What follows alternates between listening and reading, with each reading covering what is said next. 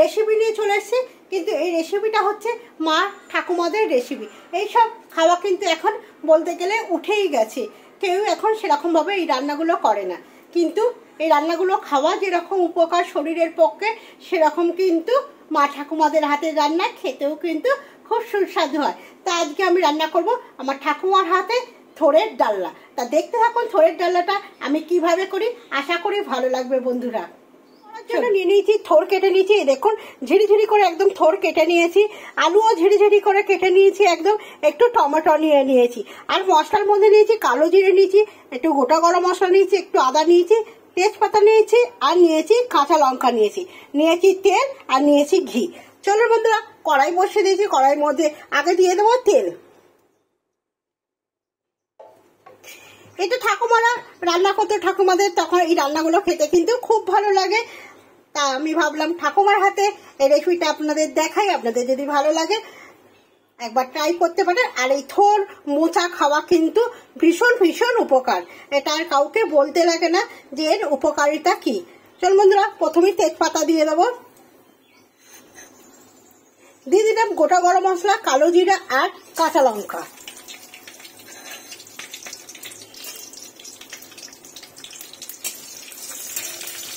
দিয়ে একটু নাড়াচাড়া করে নিই আমি।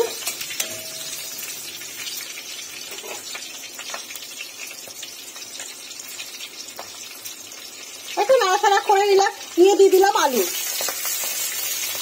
আলু আর থোর।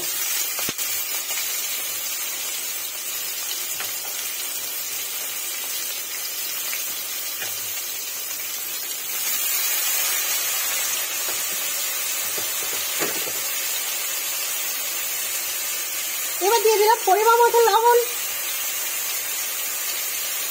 পরিমাণ মতন হলুদ, দিয়ে সুন্দরভাবে এটা নাড়াচাড়া করব।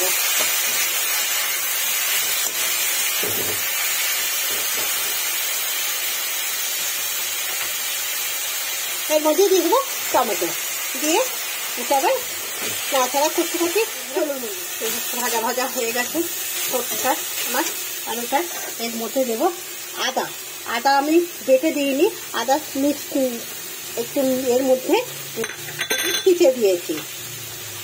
এটা ছেঁচে দিলেই ভালো লাগবে বন্ধুরা, বা আপনাদের কাছে ছোটো যে হাতের যে ঘষুনিগুলো থাকে, ঘষুনি দিয়েও আপনারা করতে পারবেন, বা শিলে নোড়া দিয়েও খেয়ে দিতে পারবেন। দিয়ে কিন্তু আমি অল্প পরিমাণে একদম জল দিয়ে দেবো, অল্প পরিমাণে, বেশি জল দিলাম না। দিয়ে ঢাকা দেখি যে কেমন হলো ব্যাপারটা। এই দেখুন জল একদম শুকিয়ে গেছে, দেখতেই পাচ্ছেন একদম গা মাখা মাখা হয়ে গেছে শরীরের মধ্যে। এবার একটু নাড়া। এখনো কিন্তু আমার থোড়ের ডালনাটা কমপ্লিট হয়নি বন্ধুরা, মনে করছেন কমপ্লিট হয়ে গেছে, না এখনো কমপ্লিট হয়নি। এই দেখুন কড়াইতে দিয়ে দিচ্ছি তেল,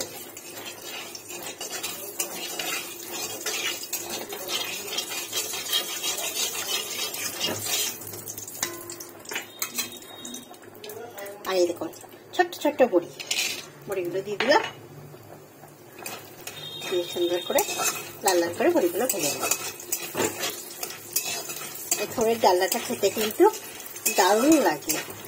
ঠাকুমা রান্না করতো তখন দারুণ খেতে লাগলো, ঠাকুমা দিদিমারা এরকম রান্না করতো একদম টাটকা গাছ থেকে। আমরা তো বাজার থেকে আজকে তো কবেকার থোর কিনে নিয়ে এসে রান্না করতে, তখন গাছ থেকে একদম টাটকা টাটকা একদম থোর কলা পাড়া হয়ে গেল, মানে সেই গাছের থোরটা নিয়ে এসে কত কিছু রান্না হতো, টক হতো, ঝাল হতো, ভাজা হতো, এক একদিন এক এক রকম ভাবে রান্না করতো।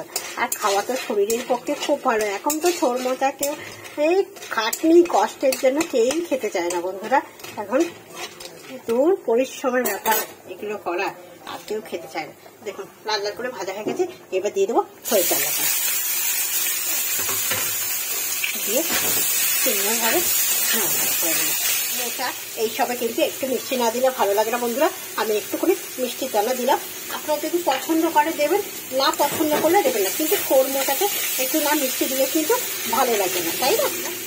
থোড়ের একদম ডালাটা কিন্তু একদম রেডি, দেখতেই পাচ্ছেন একদম কতটা দিয়েছিলাম, আর হয়ে গেল রান্না করতে করতে এরকম আছে। একটু কত সুন্দর হয়েছে খেতে, দারুণ লাগে খেতে, দেখতেই পাচ্ছেন। এবার এর মধ্যে দেবো একটু ঘি, নামানোর আগে একটু ঘি দিয়ে দিলাম, ব্যাস ব্যাস, দারুণ খাবার। আমার থোড়ের ডালাটা পুরো কমপ্লিট হয়ে গেল। এবার খেতে বসে তো আপনাদের দাদাভাই বলবি যে থোড়ের ডালাটা কেমন হচ্ছে। চলুন খাবার জায়গা দেখা হবে। দেখতেই পাচ্ছেন কত সুন্দর হয়েছে দেখতে, তাই না? রান্না হলো থোড়ের ডালনা, পাঁচমিশালি টক আর পটল কষা, এটাই আজকে আমার দুপুরে রান্না। আর এখানে ফুটছে ভাত, দেখতেই পাচ্ছেন টপ টপ করে ভাত ফুটছে। ভাতের মধ্যে দিয়েছি উচ্ছে আলু ভাতে। শাশুড়ি মাকে থোড়ের ডাল্লা দিয়ে দিচ্ছি, শাশুড়ি মা খেয়ে বলুক যে কেমন হয়েছে। শাশুড়ি মায়ের মা নাকি এইরকম রান্না করতে বলতো, সেরকম টেস্ট হয়েছে কি জানি না, তাদের রান্না তো আরো সুন্দর। ভালো হয়েছে থোড়ের ডাল্লাটা। এইভাবে একটু রান্না করবেন, খাওয়া তো খুবই উপকার আর খেতেও কিন্তু খুব ভালো লাগে। চলুন খাওয়া দাওয়াটা কমপ্লিট করে দিই। একটু আইসক্রিম খেতে ইচ্ছা করেছে, শীতকালে কিন্তু আইসক্রিম খেতে খুব ভালো লাগে, তাই আইসক্রিম নিয়ে চলে এসেছি। চলুন এই আইসক্রিমটা একটু খেয়ে দেখি যে কেমন খেতে, দারুণ।